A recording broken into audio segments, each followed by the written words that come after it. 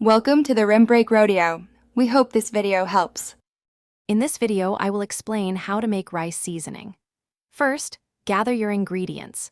You'll be surprised how easy it is to transform plain rice into something special with just a few spices. This method is perfect for anyone looking to add a burst of flavor without much effort. We'll cover everything from selecting the right spices to mixing and storing your homemade blend, ensuring delicious results every time. For our easy rice seasoning, we'll start with foundational spices.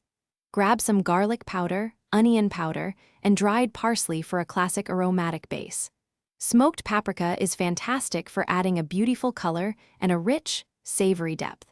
Don't forget a good pinch of salt and freshly ground black pepper to round out the flavors.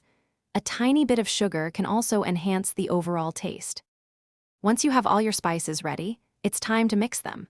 Simply combine all the measured ingredients in a small bowl. Use a whisk or a fork to ensure everything is thoroughly blended, so each spoonful of seasoning has a consistent flavor. After mixing, transfer your new seasoning into an airtight jar or container. Store it in a cool, dark place, like your pantry, to maintain its freshness for several weeks. Now for the best part, using your delicious homemade rice seasoning, we recommend starting with 1 to 2 teaspoons of the blend for every cup of uncooked rice. Feel free to adjust this amount to match your taste. You can also customize it further by adding a pinch of chili flakes for some heat or other dried herbs like oregano. This versatile blend is also great on roasted vegetables or even popcorn. Thanks for watching. Consider subscribing if we helped you.